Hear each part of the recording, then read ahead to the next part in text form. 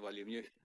Bonsoir tout le monde, bienvenue à cette réunion du mois de, je pense qu'on est rendu quoi, au mois d'avril.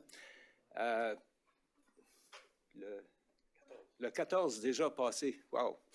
Alors, bienvenue à cette réunion du conseil municipal du 14 et sans plus tarder, la ville de Dieppe reconnaît que la terre sur laquelle elle tient ses activités fait partie du territoire ancestral et traditionnel non cédé des Mi'kmaq. Également, chers collègues, ayons la sérénité d'accepter les choses que nous ne pouvons changer, de changer les choses, du courage de changer les choses que l'on peut et la sagesse de connaître la différence. Alors, encore une fois, bienvenue à tous. Aucune nouvelle annonce à être faite. Alors, on va passer tout de suite à l'item 8, d'appeler la réunion à l'ordre. Et l'item 5, nous avons un quorum. Oui, M. le maire, le quorum, M. le conseiller Brideau à distance. M. Brideau, bonsoir, bienvenue. Alors, nous allons maintenant continuer avec l'adoption de l'ordre, déclaration de conflit d'intérêts. Aucun conflit d'intérêts déclaré par les membres du conseil. Alors, ça nous permet de continuer tout de suite avec l'adoption de l'ordre du jour proposé par le conseiller Thibodeau, appuyé par la conseillère José. Sur la question. Aucune question de la part des membres du conseil. Alors, ceux qui sont en faveur de la résolution, signifiez-le par un oui. De l'avis contraire, par un non. La résolution est adoptée telle que présentée. Et ça nous amène maintenant à la présentation et requêtes, des pétitions. Est-ce qu'on a reçu des... Rien reçu? Non, on n'a rien reçu, M. le maire. Alors, c'est bien. Alors, on continue avec les présentations, premièrement de la GRC qui est sur place. Alors, avec la sergent, Sergent Hébert, excusez-moi, Sergent Hébert, qui est avec nous ce soir et qui va nous faire une petite mise à jour de ce qui se passe dans notre région de son côté. Bonsoir, bienvenue. Bonsoir, M. le maire. Bonsoir, les membres du conseil, les employés de la ville, le public. Ce soir, j'ai 3 pages à vous donner comme information. Soyez patients. Au niveau des services de police communautaire, comme je l'ai dit auparavant, les patrouilles continuent dans les zones scolaires. On remercie le public de conduire prudemment dans ces zones qui sont importantes pour nos enfants. Également, le 12 et le 20 mars, les policiers des services de police communautaire ont donné une formation aux employés de la ville de Dieppe. Je ne suis pas certaine si un de vous était là, mais c'était au niveau des techniques pour désamorcer des situations violentes. Alors, on a été capable de donner 2 formations aux employés. Le 14 mars, ils ont également fait une présentation au sujet de la sécurité sur Internet aux apprenants de 5e année à l'école de Marais. Ce qui a trait au groupe de réduction de la criminalité, entre le 11 mars et le 11 avril, ce groupe a procédé avec l'arrestation de 7 individus qui faisaient l'objet de mandats d'arrestation. Les infractions en lien avec les mandats d'arrestation étaient pour une opération de véhicule de façon dangereuse, des voies de fait, défaut de comparaître, des fraudes et possession d'armes à feu prohibées.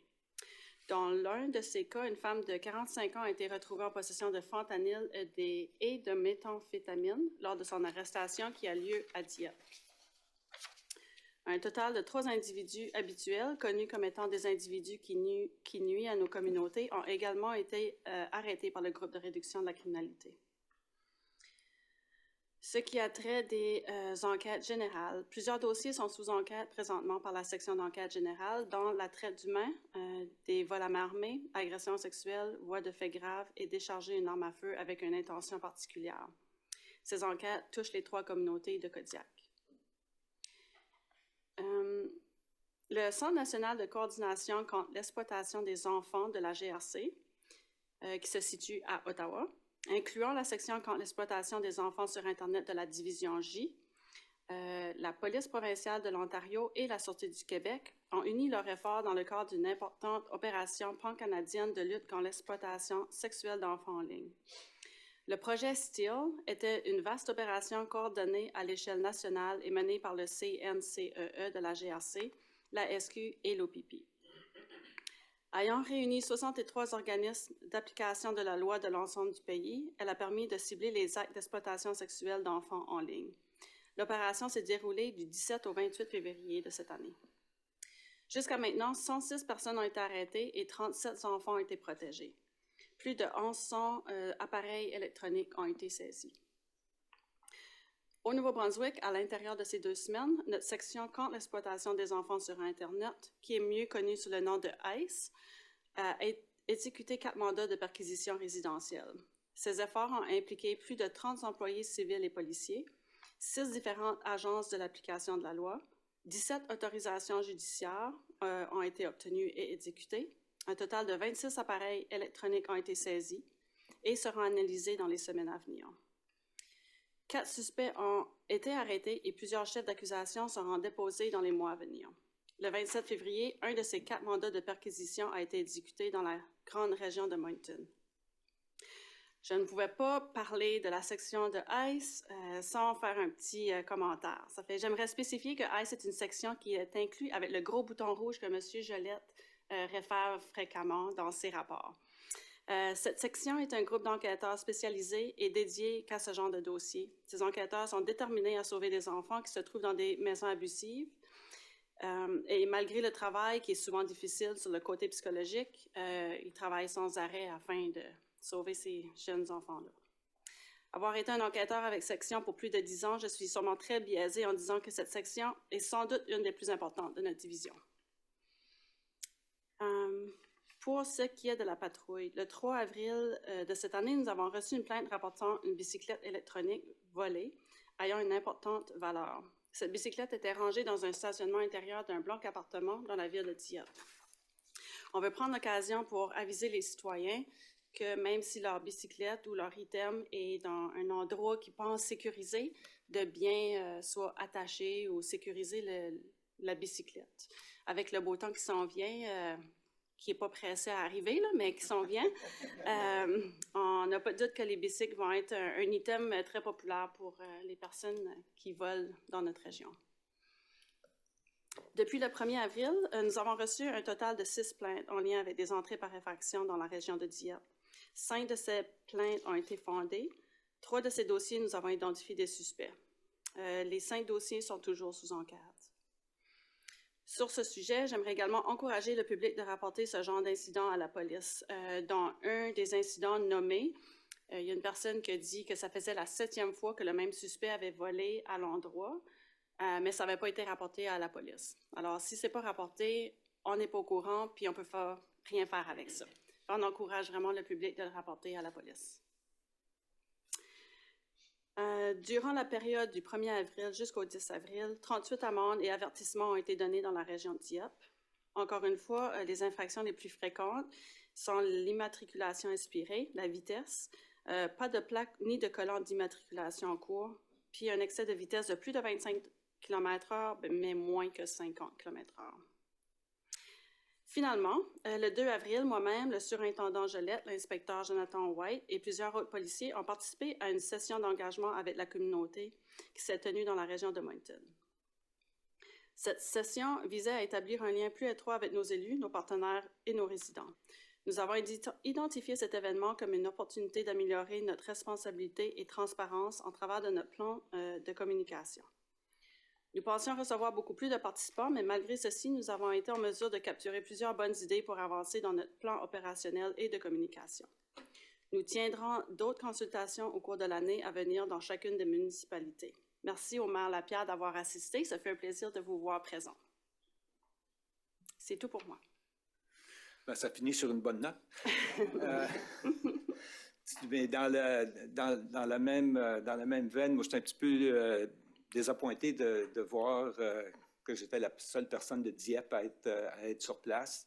Je ne sais pas s'il y a eu un manque en termes de communication avec nous, là, mais Je pense que c'était quand même une belle opportunité pour nos citoyens et moi-même comme citoyen de pouvoir échanger avec d'autres personnes de la région pour voir qu'est-ce qui se passe un petit peu ailleurs. Puis comme on dit souvent, des fois quand on se compare, on se console. Mais merci encore une fois pour cette soirée. Puis sans aucun doute, il y aura une meilleure participation dans le futur à venir. Merci. On va en faire une à Dieppe aussi. Ça fait que vous aurez l'opportunité de venir nous rejoindre. Puis les résidents de Dieppe, Moncton et Riverview seront aussi invités. Ouais. On espère d'avoir un nombre plus grand présent. Merci bien. Question de la part des membres du Conseil. Aucune question. Alors, merci pour votre présentation détaillée, puis continuez votre beau travail. Merci bien. Maintenant, l'item 8.2, présentation des états financiers pour l'année 2024. Madame Casey, qui est avec nous, bonsoir et bienvenue.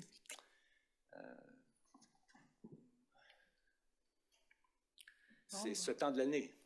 C'est ce temps de l'année. Donc, bonsoir. Merci, Monsieur le maire. Donc, je vais vous présenter les résultats de l'audit pour vos états financiers audités se terminant le 31 décembre 2024. Donc, premièrement, je confirme que l'on a effectué notre audit selon les normes canadiennes d'audit et que nous sommes indépendants de la Ville. Vos états financiers ont été préparés conformément aux normes comptables canadiennes du secteur public. Donc, comme vous avez remarqué, comme dans le passé, on débute avec votre comptabilité par fonds. On effectue plusieurs ajustements pour arriver aux états financiers audités selon les normes de la comptabilité du secteur public. Et puis, on va émettre une opinion d'audit sans réserve. Donc, ceci conforme que vos états financiers sont conformes aux normes d'audit du secteur public. Puis, une fois qu'il deviendra disponible, on va réviser votre rapport annuel car il inclut les états financiers.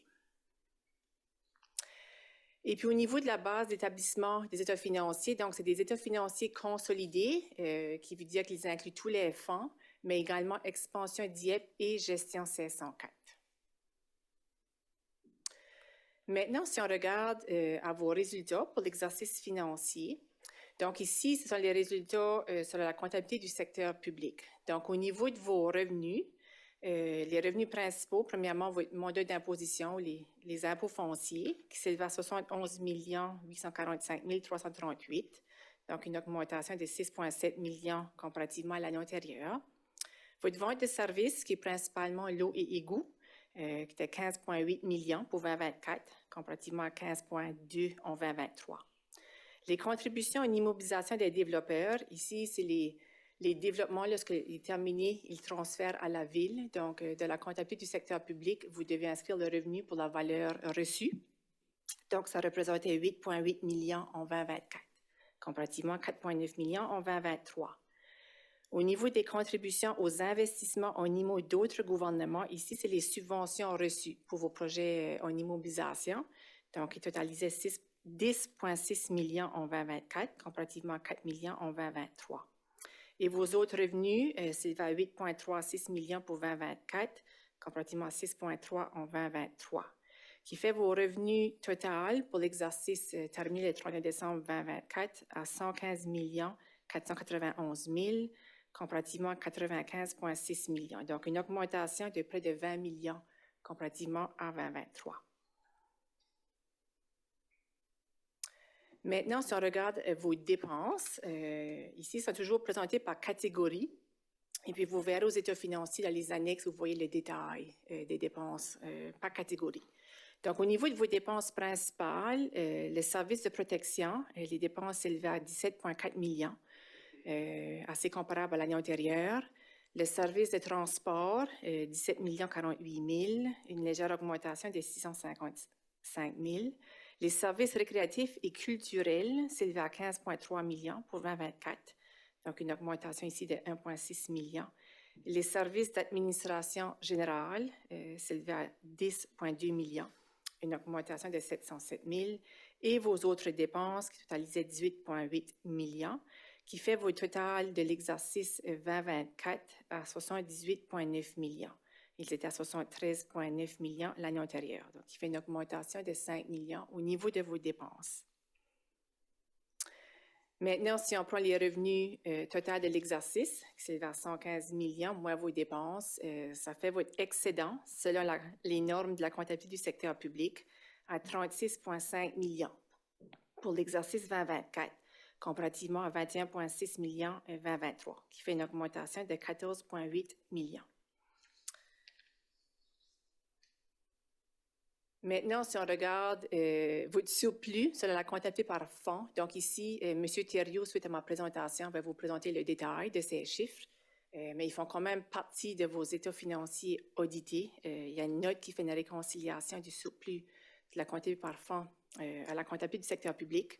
Donc, le surplus du fonctionnement général s'élève à 1 134 817 et le surplus pour eau et égouts s'élève à 252 594. Donc, il fait un surplus total de 1 387 411. Au niveau des principaux écarts, si vous voulez, donc, comme vous avez remarqué, il y a une grosse différence entre les résultats de la comptabilité du secteur public versus la comptabilité par fonds. Quand même un désajustement de 35 millions qui sont effectés lorsqu'on fait la consolidation de vos états financiers. Et puis ici, les principaux ajustements ou écarts, si vous voulez, premièrement, les contributions au niveau des développeurs, donc 8,8 millions. Dans votre comptabilité du secteur public, ceci n'est pas un revenu dans le fonds général, mais il est un revenu dans la comptabilité du secteur public. Également, les contributions au niveau d'autres gouvernements, donc les subventions reçues de 10,6 millions. Ceux-ci sont comptabilisés comme un revenu de l'exercice dans vos états financiers audités, mais ce n'est pas un revenu de la comptabilité par fonds. Le remboursement de la dette à long terme, donc la Ville avait remboursé 6,7 millions au cours de l'exercice 2024, et ceci est une dépense dans votre comptabilité par fonds, mais ce n'est pas une dépense de la comptabilité du secteur public. Donc, on doit faire un ajustement. Les transferts aux réserves, donc soit au fonds de capital ou de votre réserve, et des transferts pour 20 228 000 qui ont passé comme dépenses dans votre comptabilité par fonds, mais de la comptabilité du secteur public où vos états financiers audités, ceci n'est pas un déboursé ou une dépense. C'est uniquement des transferts internes, donc ils sont éliminés. Les revenus d'intérêt de votre fonds de réserve, donc en 2024, vous avez généré 2 057 000 en revenus d'intérêt. Et puis, c'est un revenu pour la comptabilité du secteur public, mais ça fait partie de votre fonds de réserve. Donc, ce revenu-là ne fait pas partie de votre comptabilité par fonds. Et puis, l'amortissement des immobilisations, donc dans vos états financiers audités, on capitalise les immobilisations et annuellement, on prend une dépense, l'amortissement. Donc, qui était une dépense de 14,2 millions pour l'exercice 2024. Et puis également, l'excédent d'avant-dernière année. Donc, ça, c'est pas quelque chose qui fait partie de vos états financiers audités, donc qui est ajusté. Et c'était un revenu de 535 000 qui faisait partie de votre comptabilité par fonds. Donc, ici, c'est les ajustements, si vous voulez, principaux qui créent les écarts entre les deux excédents. Maintenant, au niveau de votre fonds de réserve, donc ceci est présenté à la note 17 de vos états financiers audités, mais vous remarquerez que vous avez 5 fonds de réserve. Donc, la réserve de fonctionnement général, donc à la fin décembre 2024, vous aviez un solde de 3,5 millions, donc une augmentation de 385 000. Et puis, votre réserve de fonctionnement, il y a toujours un maximum que vous pouvez contribuer, donc il est représenté par 5 % du budget de fonctionnement, et ça, c'était rencontré pour l'exercice. La réserve de capital général, donc votre réserve s'élevait à 34,9 millions à la fin décembre 2024, donc une augmentation de 6,8 millions. La réserve de fonctionnement eau et égouts, le solde à la fin décembre 2024 s'élevait à 727 947. Donc ici également, il y a un maximum de 5 % du budget de fonctionnement eau et égouts, et ça a été rencontré, le maximum de 804 000 que vous pouviez contribuer. La réserve de capital au égouts s'élevait à 5 993 000 et les terrains d'utilité publique à 390 000. Donc, il fait le total de votre fonds de réserve à 45 590 000, une augmentation de 7 555 000 comparativement à 2023. Maintenant, si on regarde un peu de ratio financier, donc ici, c'est un ratio que chez beaucoup des villes qui est important de regarder. Donc, c'est le ratio du remboursement d'intérêts et du principal sur votre dette en pourcentage des dépenses totales du fonds de fonctionnement général. Donc, on veut voir sur 12 mois votre fonds de fonctionnement général, donc les dépenses totales, quel pourcentage était représenté par le repaiement de la dette, qui inclut le principal et les intérêts. Donc, en 2024, le ratio, je pense que c'est la première fois depuis plusieurs années qu'il est en dessous de 10 %. Donc, vous avez terminé à 7,83 %, qui est excellent. Donc, bravo. Puis souvent, lorsque les dépenses augmentent, puis votre dette, vous remarquerez dans une des acétates plus tard, la Ville n'a pas nécessairement eu beaucoup de nouvelles dettes au cours des dernières années. Donc, votre dette diminue, donc vous avez moins de principal, moins d'intérêt, et vos dépenses augmentent. Donc, le ratio fait que le ratio diminue. Et puis, en 2023, juste un petit rappel, il était à 11,2 %, mais la Ville ou le Conseil, vous aviez pris la décision de rembourser une débenture et non la renouveler. Donc, vous aviez fait comme un paiement additionnel, si vous voulez, qui avait causé un petit peu le ratio à 11,26 %. Mais à 7,83 %, c'est très bien pour 2024. Maintenant, au niveau des immobilisations, donc ici, c'est les investissements annuels. Donc, ce n'est pas le solde de vos immeubles, mais c'est vraiment les investissements faits au courant de l'exercice. Donc, pour 2024, la Ville a investi, si vous voulez, 28,46 millions en immobilisation. Donc, ici, ça exclut les contributions des développeurs. C'est vraiment les immobilisations qui ont été payées, si vous voulez, déboursées par la Ville. Et vous remarquerez que depuis les dernières 10 années, c'est une des plus grosses années. Je pense que les dernières années, c'était la construction de l'Uniplex qui avait fait que c'était des gros investissements. Mais à 28,4 millions sont vos investissements pour 2024.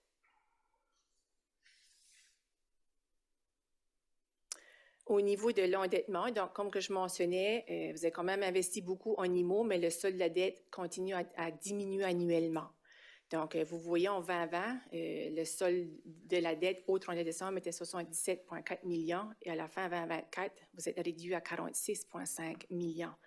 Donc, en courant de l'exercice 2024, vous avez seulement reçu 1 118 000 en nouveaux prêts et vous avez remboursé 6,9 millions sur votre dette. Donc, il fait le solde à passer de 52 millions à 46,5 à la fin décembre 2024. Et puis finalement, ici, il y a beaucoup de chiffres, mais c'est juste pour donner une comparaison de votre budget de fonctionnement général et vos évaluations foncières. Donc, au niveau des années 23, 24, 25, on a ajusté pour mettre évaluation foncière et non pas la valeur imposable, parce que vous recevez, si vous voulez, les impôts sur l'évaluation foncière. Donc, de 2024 à 2025, votre budget a augmenté de 7,6 %.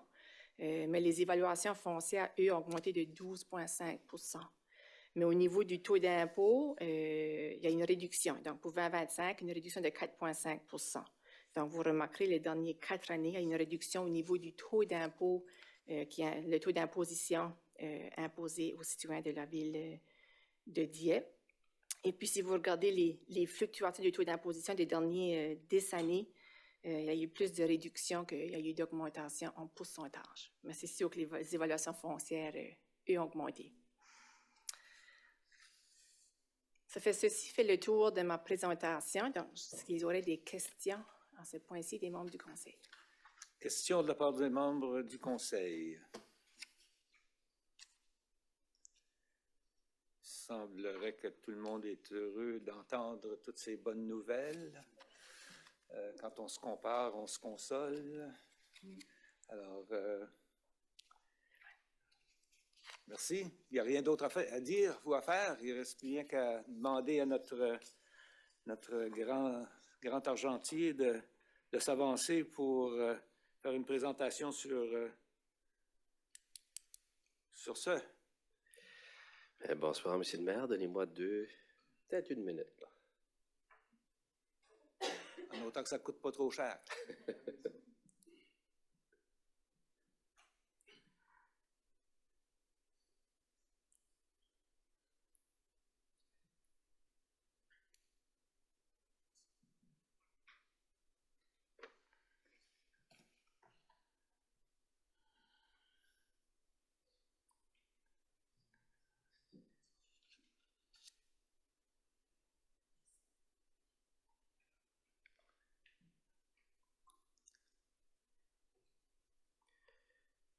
Bon, je pense qu'on est prêt. Bon, ben, bonsoir, Monsieur le maire, membres du conseil, collègues de travail, ainsi que le public en général. Comme Mme Cassie vient de mentionner, donc, moi, je vais faire la présentation vraiment pour nos résultats qui sont calculés selon la comptabilité par fonds et non pour la comptabilité du secteur public. Et c'est pour ça que je vais vous démontrer le 1,4 million dans le 1,1 au niveau général, puis le 250 000 au niveau de Louis-Ligou.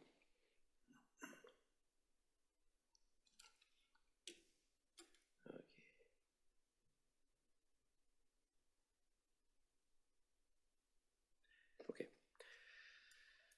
Donc, petit aperçu, Mme Cassie a fait une bonne job de ce côté-là pour vraiment démontrer qu'il y a une grosse différence entre les deux façons de présenter les résultats.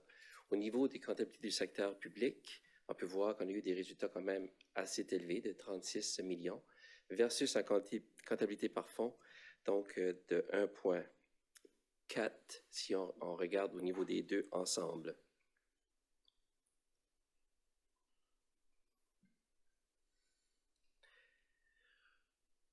Vous voyez bien? OK. Donc, je vais vous aller expliquer maintenant au niveau des revenus. Qu'est-ce qui s'est passé? On regarde au niveau des budgets, on avait un budget de 79 millions au niveau du fonctionnement général.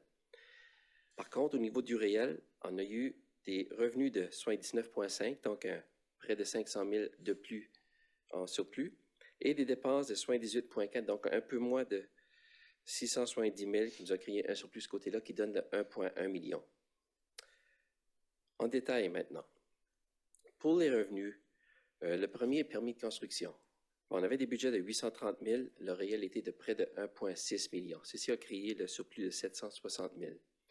À chaque année, on essaie de se rattraper en termes de budget parce qu'on ne sait jamais vraiment qu'est-ce que c'est que le permis de construction va faire avec les taux d'intérêt et ainsi de suite le marché. Mais encore une fois, 2024, on s'est surpassé de ce côté-là.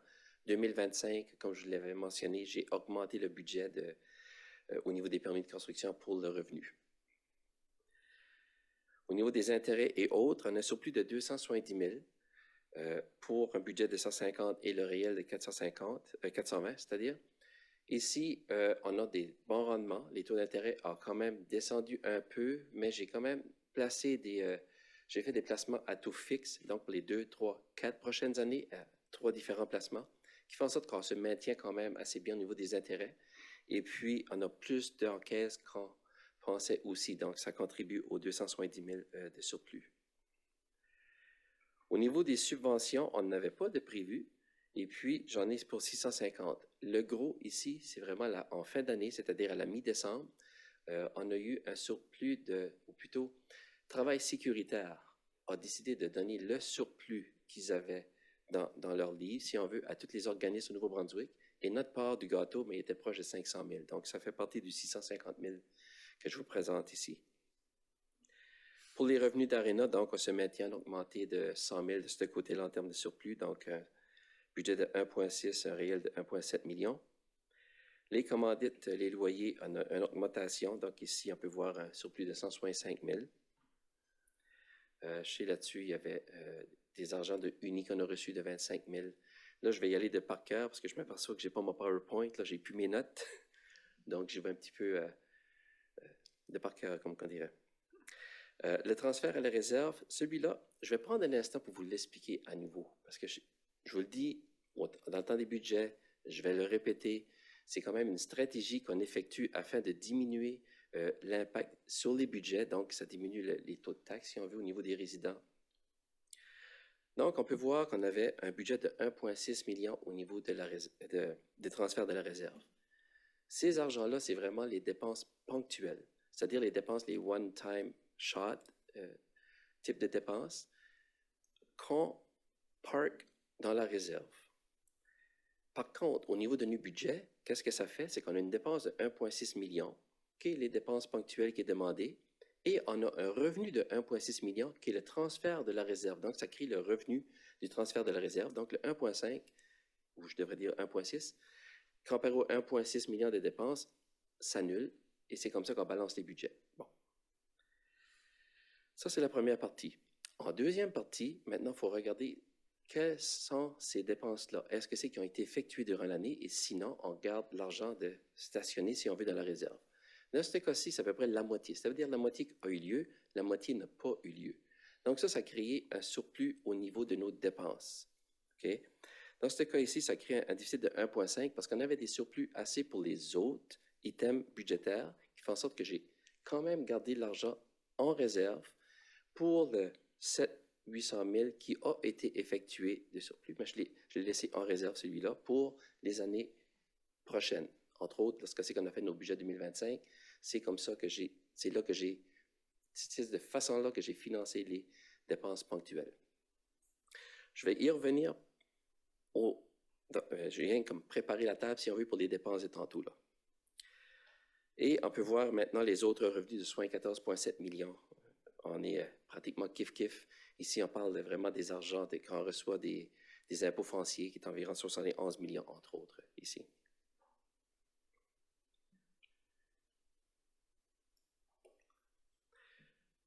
Donc, au niveau des salaires, on peut voir qu'on a un surplus de 2,2 millions, donc un budget de 24,6 millions pour un réel de 22,5 millions.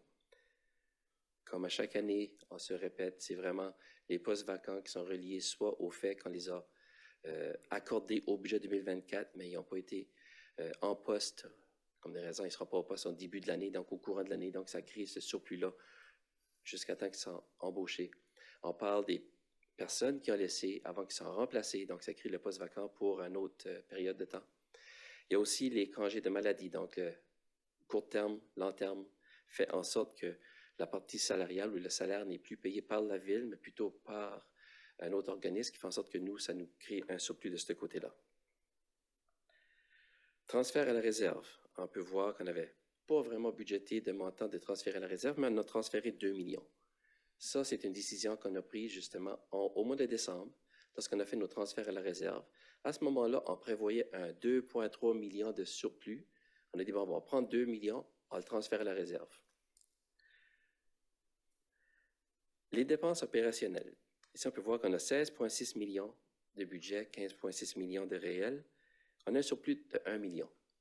Là, la petite histoire que je vous ai contée tantôt au niveau des dépenses ponctuelles. Bien, justement, le fait qu'on n'a pas fait, par exemple, au niveau communication, on avait 130, 150 000 $ pour la signalisation centre-ville. Donc, elle était comme une dépense au niveau des budgets. Mais ça n'a pas eu lieu. Donc, ça créait un surplus de 150 000. Au même titre qu'on avait 235 000 environ pour l'étude au niveau de l'étude secondaire, le plan secondaire, excusez, et la croissance à Dieppe. Eh bien, ça n'a pas eu lieu, ça a lieu présentement, tout de suite, quand on se parle. Bon, ben, c'est un 235 000 qu'on n'a pas eu comme dépense, donc on l'avait comme budget, 0 dépense. Donc, encore une fois, c'est un surplus qui est représenté dans 1 million qui est là. Donc, en tout et partout, par exemple, le centre Dover, on avait 150 000 $ pour le centre Dover, ça a coûté 50 000. Bon, ben, ça a créé 100 000 $ de surplus, il est dans le 1 million. Donc, il y avait à peu près 600 000 environ de dépenses ponctuelles qui n'ont pas eu lieu, qui se retrouvent dans le 1 million. Il y a d'autres dépenses, comme des raisons, au niveau des autres dépenses opérationnelles, par exemple, celui-là qu'on connaît bien, déneigement. Bien, le déneigement, si on enlève les salaires, on parle juste vraiment des dépenses opérationnelles, on avait un budget de 1,2 million. Finalement, ça nous a coûté 900 000. Donc, c'est 300 000 qui se retrouve dans le 1 million qu'on voit ici. Donc, c'est un peu l'explication ici pour ce 1 million-là. Les commissions externes, on avait 13,4 millions de budget, on arrivait avec 13 millions. Il y a 340 000 de surplus. Il y a deux raisons de ce côté-ci. De un, il y a Kodiak Transpo, où ce que c'est que les revenus ont été supérieurs, parce que Kodiak Transpo, comparativement à d'autres, le revenu devrait être au niveau des revenus, mais nous, on va le netter, si vous voulez, avec la dépense. C'est-à-dire que lorsqu'on reçoit la facture de Kodiak Transpo, on a le montant de dépenses que ça coûte de notre côté, mais ils enlèvent le revenu qu'ils ont eu, qui fait qu'on paye juste la différence, et c'est cette différence-là que je mets en dépense. Donc, puisque le revenu a été beaucoup plus haut, fait en sorte qu'on a un surplus au niveau de ces dépenses de Kodiak Transpo, une centaine de mille environ. L'autre grosse dépense ici, c'est au niveau de la GRC. Lorsque c'est qu'on a annexé Scoudouc et Great Lake Burn, l'entente à ce moment-là est que pour ces deux DSL-là, District de services local, la province allait s'occuper de eux. Donc, il fallait payer, nous, la province, et eux allaient desservir ces régions-là au niveau de la GRC. Mais cette entente-là, où ces coûts-là se sont terminés en mars 2024, mais moi, je l'avais budgété pour la pleine année. Donc, c'est à 300 000 que j'avais budgété que finalement, ça nous a coûté une cinquantaine de mille, qui fait en sorte qu'on a eu un surplus d'environ 250 000, 225 000 environ pour cette dépense-là, parce qu'elle était budgétée pour l'année. Puis, d'ailleurs, puisque même au mois d'octobre, je n'étais pas encore au courant si on allait continuer à payer de ce côté-là, j'ai inclus ce montant-là en 2025. Donc, on aura également un surplus d'environ 225 000 en 2025. Capital de l'opération. Donc, lorsqu'on fait nos transferts à la réserve, et c'est une chose que je vous ai expliqué justement au mois de décembre, on essaye d'estimer quels sont les coûts, comment ça va nous coûter d'ici à la fin de l'année pour effectuer nos projets en capitaux. Dans ce cas-ci, on avait estimé que ça allait être alentour de 8 millions, et finalement, ça a coûté environ 7 millions. Donc, il y a eu un surplus de 1 million de ce côté-là. Mais suite à ce 1 million-là, on a dit, OK, qu'est-ce qu'on fait avec ça? Là, ça m'apporte à la prochaine ligne, on a payé un emprunt. C'est-à-dire que pour les travaux qui ont eu lieu sur le carrefour giratoire au niveau de la France, Gauvin, c'est quand même des travaux d'environ 5 millions qu'on avait là. 4 millions au niveau général, 1 million au niveau OIGO. Dans le 4 millions général, il y avait un emprunt qui a été demandé au niveau de la province de 1,9 million. Mais puisqu'on avait des surplus suffisants, le 1,9 million, on l'a payé cash, simplement. On l'a payé au comptant. Donc, on n'aura pas besoin d'aller emprunter en 2025 pour ce projet-là. Il est tout payé. On a fait la même chose au niveau de l'OLIGO, vous allez voir tantôt, je vais vous l'expliquer également. Et les autres dépenses, mais là, on peut voir que le 16,5 millions équivaut à 16,5 millions, donc c'est 72 000 de déficit. C'est pas mal ça qui est le gros de ma présentation. Je vais arrêter pour l'instant si jamais vous avez des questions de ce côté-là. Question de la part des membres du Conseil. Il semble qu'il n'y a pas de questions. On continue. On va continuer prudemment. Prudemment. Au niveau du fonds de fonctionnement d'eau d'égout, là également, on a eu un 250 000 de surplus. On peut voir un surplus au niveau des revenus de 128 000 et des dépenses de 125 000. Je vais y aller plus en détail dans les deux prochaines diapositives. Donc, au niveau des revenus, on avait budgété 8,6 millions de budget, on arrivait à 8,8. On a 235 000 de surplus. Ici, on parle des tarifs fixes, c'est-à-dire des maisons. C'est vraiment résidentiel ici. Et puis, on estimait 9,100 unités, puis finalement, on a eu 250 de plus. Donc, le 250 de plus à 948 $ par unité fait le 235 000 de surplus. Au niveau des tarifs variables, ici, on parle vraiment des ICI, c'est-à-dire industriel, commercial, industriel. Puis, celui-là, on avait un budget de 3,9 millions et finalement, c'est arrivé à 4 millions de réels. Donc, on a vendu plus d'eau. Il y a eu plus d'eau de vendu pour l'équivalent d'environ 100 unités environ. Donc, 100 unités à 948 $ donne le 113 000 $ qu'on peut voir là, de surplus. Pour les intérêts, c'est un peu la même histoire que comme j'ai dit tantôt, avec les taux d'intérêt ainsi que l'encaisse qui était plus élevée. Donc, on a eu un surplus de 148 000. Les transferts de la réserve, mais puisqu'on a les mêmes choses que tantôt, on a les ponctuels dans la réserve de fonctionnement d'eau et d'égout qui étaient de 368 000. Je ne touche pas du tout, ou plutôt, je ne prends pas d'argent de la réserve pour financer ces ponctuels-là, mais ils seront plutôt financés avec les surplus qu'on a effectués durant l'année. Donc, ça reste l'argent réserve pour être utilisé en 2025 pour les ponctuels. Et les autres revenus, 2,8 millions et 2,8 millions. Donc, c'est même quand on arrive à 128 000 $ de surplus au niveau des revenus d'eau et d'égout. Pour les dépenses, on peut voir que les salaires, un peu comme le général l'a fait, on a 282 000 de surplus. Commission externe, on peut voir un déficit ici de 80 000. C'est au niveau de l'achat d'eau. L'achat d'eau, on avait de budgéter 3,4 millions de mètres cubes et finalement, on a atteint le 3,5 millions de mètres cubes d'achat en 2024. Je dois vous dire que c'est la première fois depuis 2012 qu'on dépasse le 3,4 millions. Donc, même si la population a grossi depuis, ben, en 2012, on a acheté pour 3,4 millions et depuis ce jour, on n'avait jamais redépassé ce 3,4 millions-là jusqu'à 2024, quand on vient d'atteindre 3,5 millions. Les frais administratifs, on peut voir un déficit de 268 000. C'est pas mal relié à un code court qu'on a présentement, celui-là. Les transferts à la réserve, on peut voir qu'on avait budgété 860, finalement c'est 500 qu'on a transféré en réserve, donc a créé un 360 000 de surplus. Le capital de l'opération, un peu comme le général, mais cette fois-ci un peu le contraire, c'est-à-dire qu'on budgétait 870 000, on pensait que ça allait nous coûter 870, ça coûtait un petit peu plus, donc 937, un léger déficit de 69 000 de ce côté-là, mais on a quand même pu payer de l'emprunt ici, c'est-à-dire qu'on avait une autorité d'emprunt de 300 000 sur le carrefour giratoire qu'on va payer cash, ainsi que 65 000 sur la rue Benjamin, les travaux qui ont eu lieu là. Donc, on n'ira pas emprunter pour la rue Benjamin non plus. Et les autres dépenses, 5,7 millions, donc on arrive à réel 5,4 qui donne à 265 000 de surplus de ce côté-là. C'est ça qui explique le 125 000 au niveau de l'OLIGO pour les dépenses. Est-ce que vous avez des questions? Là, je vous ai endormi assez, là. Hein? Non, pas du tout. Je vois pas de demande de questions. Ouais, je vois ça, là. Oui, c'est tout le monde. C'est tellement clair bon. qu'on roule dans l'argent. Là, à cette heure, en école, c'est un exercice qu'on avait commencé l'année passée, puis on avait eu quand même des bonnes remarques là-dessus, en tout cas des bons commentaires.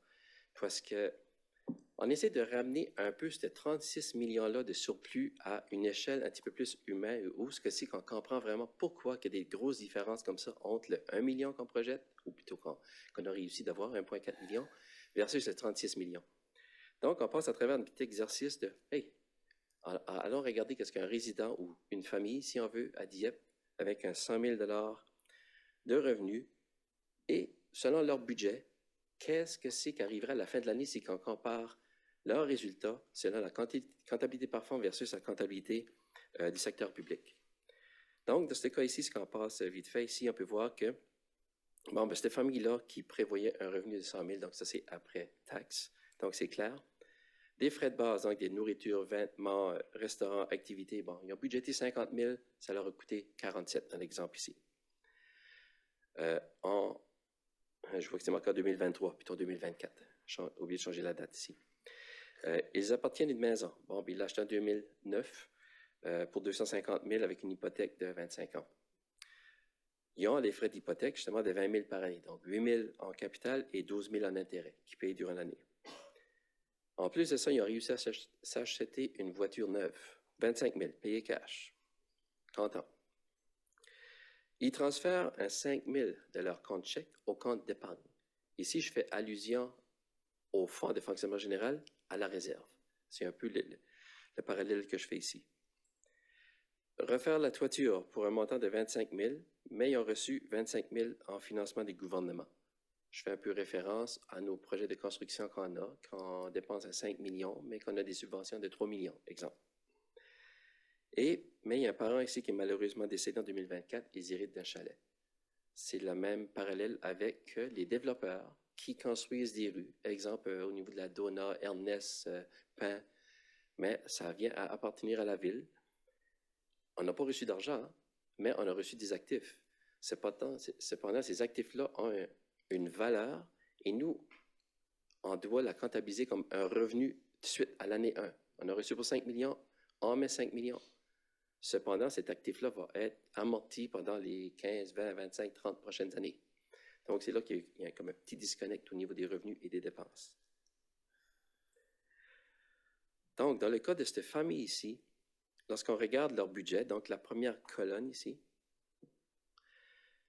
on peut voir que leur budget balance de zéro, c'est-à-dire qu'ils avaient un revenu de 100 000 et ensuite de ça, ils ont les dépenses de 50 000 parce que c'est tout de l'argent qui sort de leur compte chèque. Donc, il y a vraiment une comptabilité qu'on appellerait d'encaisse, qui est notre comparable aux comptabilités par fonds. Ils dépensent 20 000 au niveau de l'hypothèque, 25 000 au niveau de l'achat de l'auto, transfert à 5 000 compte d'épargne, donc c'est tout l'argent qui sort du compte, Et la toiture, ben, ils ont payé 25 000 et ils ont reçu 25 000 du gouvernement. Bon, c'est ça qui était leur budget, ça arrive à zéro. Finalement, lorsqu'on regarde la comptabilité par fonds, vraiment le seul item ici qui n'a pas été exactement tel que c'est qu'ils avaient budgété, ben, ça leur a coûté 47 000 au lieu de 50 000 pour leurs dépenses. Donc, il y a eu une économie de 3 000. C'est ça qui se retrouve dans leur compte chèque à la fin de l'année. Il y a 3 000 pièces de plus. Qui est l'équivalent de nous lorsque c'est qu'on dit qu'on fait 1,4 million de surplus. Par contre, lorsqu'on regarde la comptabilité du secteur public, donc dans le petit rosé ici à côté, on peut voir que les deux premiers, OK, c'est pareil. On a 100 000, on a 47 000 de dépenses. OK, ça va jusqu'à là. La dépense d'hypothèque, par contre, là, ici, on n'a pas 20 000, on a seulement 12 000. Parce que les 12 000, ce sont les intérêts, ce sont une dépense. Le 8 000, par contre, on est en train de payer l'hypothèque comme telle. On est en train de diminuer un passif et non une dépense. Donc, à ce moment-là, quand le secteur public dit « Non, non, tu as beau avoir eu dépensé 20 000, mais c'est seulement 12 000 qu'on va reconnaître, puis l'autre 8 000, on ne reconnaît pas. » Mais pour nous, comptabilité par fonds, il y a 20 000 qui est sorti de notre compte chèque. So, on dit que c'est une dépense de 20 000. Donc, c'est là qu'il y a une petite différence entre les deux. Et ainsi de suite, lorsque c'est qu'on fait l'achat d'une auto, comptabilité par fonds, c'est un actif qu'on vient de s'acquérir et non une dépense. Donc, c'est pour cette raison qu'il n'y a aucune dépense de ce côté-là. Transfert à un compte d'épargne, même chose. C'est un transfert entre comptes qui s'annule. C'est encore ta propriété. Donc, on ne le reconnaît pas au niveau du secteur public. La toiture également. Ici, la toiture, c'est qu'on a dépensé 25 000 pour un actif, parce que la toiture est un actif et non une dépense. Ça va être amorti pour les 20-25 prochaines années. Donc, on ne reconnaît pas cet actif-là ou cette dépense-là. Cependant, tu as reçu de l'argent du gouvernement. Ah, OK, celui-là, on le reconnaît, on met 25 000. Donc, c'est là qu'on peut voir vraiment qu'il y a un disconnect entre le revenu et la dépense, ou la façon qu'on reconnaît le revenu et la dépense. L'amortissement de la maison, bon, ben ici, on dit, hey, by the way, ouais, OK, c'est sur 20 ans au lieu de 25 ans, parce que là, c'est 250 000 divisé par 20 qui donne le 12 500.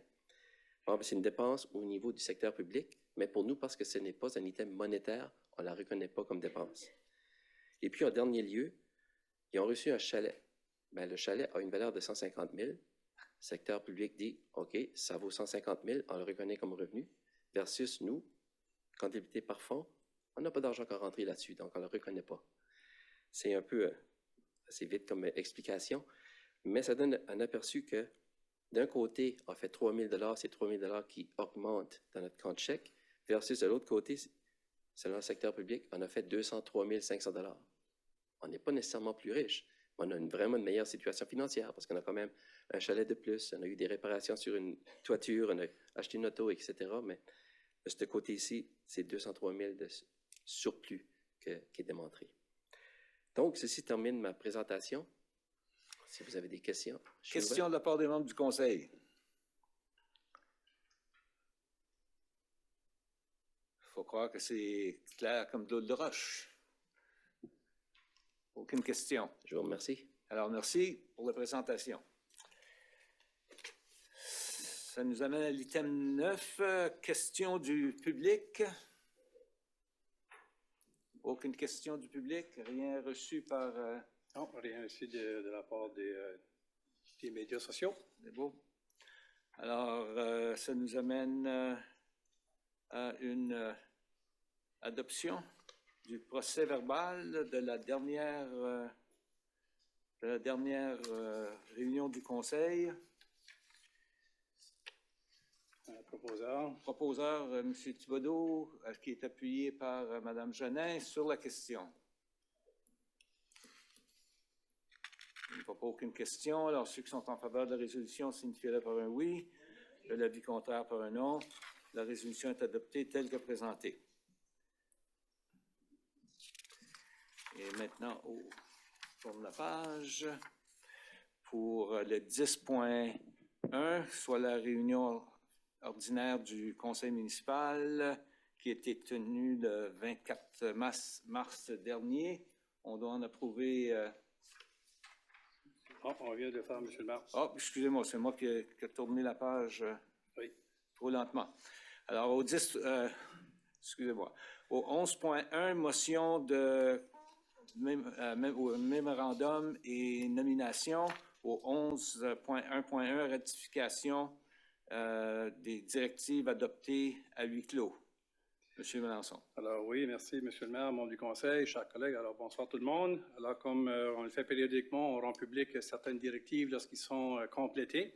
Alors ce soir, on va avoir 7 directives qu'on va rendre publiques. Comme première directive qui avait été donnée, c'était de voir l'aménagement de la phase 1 et de développer une structure de financement pour la ruelle des trotteurs, phase 1. Alors, à ce moment-là, on voyait qu'il y avait possiblement juste 8 acres viabilisables.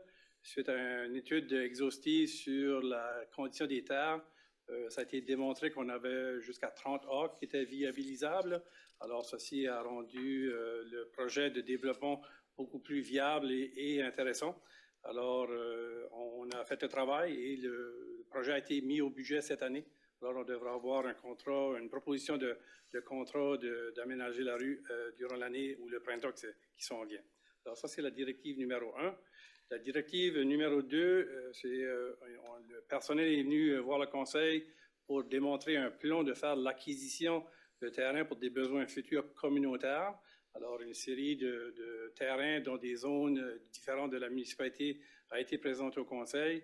Alors, le plan est en action. Alors, en temps et lieu, lorsque les terrains seront acquis, on va rendre toutes ces acquisitions-là publiques. Mais ce soir, c'est l'action qu'on rend publique que vous nous avez partagé de procéder avec ce plan d'acquisition-là pour les besoins communautaires, encore une fois. Troisième sujet qu'on rend public, c'est on est arrivé avec une entente de financement intérimaire pour des investissements stratégiques de la part d'Expansion de Dieppe. Alors, on a une entente qui a été signée dans bonne et due forme et le financement peut aller jusqu'à un montant maximal de 2 millions. Et ici, c'est principalement pour faire l'acquisition de terrains stratégiques pour le développement futur de nos parcs industriels ou parcs affaires et technologies. Directive numéro 4, on a présenté au Conseil un plan pour soumettre une demande pour les fonds pour accélérer la construction de logements de la part de la SCHL. Alors, on avait présenté aussi 9 initiatives qui allaient rencontrer ces objectifs. L'entente a été signée, alors on rend public cette entente ce soir pour la communauté. 5e directive qui a été partagée, c'était au début, à la fin de l'année dernière, pour une augmentation salariale pour tous les non-syndiqués de l'équipe. Alors, il a été accepté que 2% soit ajouté à la masse salariale pour le personnel non syndiqué pour l'année 2025. Alors, le tout est en place actuellement depuis le début de l'année. Directive numéro 6, demande de financement pour des projets multiples. Alors, il y a un programme qui a été rendu disponible, un cadre dans le Fonds canadien pour les infrastructures liées au logement. Alors, nous avons soumis 3 projets dans ce cadre de cette demande-là. Nous sommes toujours en attente de réponse et particulièrement, tout est arrêté actuellement en raison des élections fédéraux. Réalément de la rue Thomas, prolongement de la rue Lakeburn, construction d'une station de pompage, d'égouts sanitaires dans le secteur à l'est des rues Richard et Rouse. Et la dernière directive publique, c'est confirmer la nomination au poste de directeur de service de la performance municipale. Alors, le poste a été offert et accepté par Paul Chica, qui est ici ce soir. Alors, merci d'avoir accepté et bienvenue à l'équipe, Paul, au niveau de cette nouvelle responsabilité. Alors, membres du Conseil, Monsieur le maire, voici les 7 directives que l'on rend publiques ce soir. Merci bien. Alors, il faut maintenant proposer que l'ensemble des et non pas un à la fois. Exact. Alors, pour en proposer la résolution, Monsieur le conseiller Lanteigne. Merci, Monsieur le maire. Donc, le Conseil ratifie les directives adoptées lors de réunions du Conseil tenues à huis clos portant sur les sujets suivants. 1. Aménagement, lotissement ruelle des trotteurs, phase 1, adopté le 12 avril 2021. 2. Acquisition de terrain pour besoins communautaires, adopté le 27 novembre 2023. 3. Financement intérimaire Expansion Dieppe, adopté le 8 avril 2024. 4. Plan d'action en FAM pour accélérer la construction de logements de la SCHL, adopté le 9 décembre 2024. 5. Augmentation salariale poste non syndiqué, adopté le 9 décembre 2024. 6. Demande de financement projet multiple, adopté le 27 janvier 2025. Finalement, 7. Nomination poste du directeur service de la performance municipale, adopté le 10 février 2025. J'en fais la proposition, M. le maire. Merci. Proposé par le conseiller, excusez-moi, par le conseiller Lantaigne, qui est appuyé par la conseillère Leboutier. Sur la question. Aucune question. Alors, ceux qui sont en faveur de la résolution signifient par un oui. De l'avis contraire par un non. La résolution est adoptée telle que présentée. Ce qui nous amène maintenant au 11.2. Excusez-moi. Oui, 11.2, M. le maire. 11.2, l'adoption de l'état financier pour 2024. Pour la lecture de la résolution, Mme Turgeon-Roy.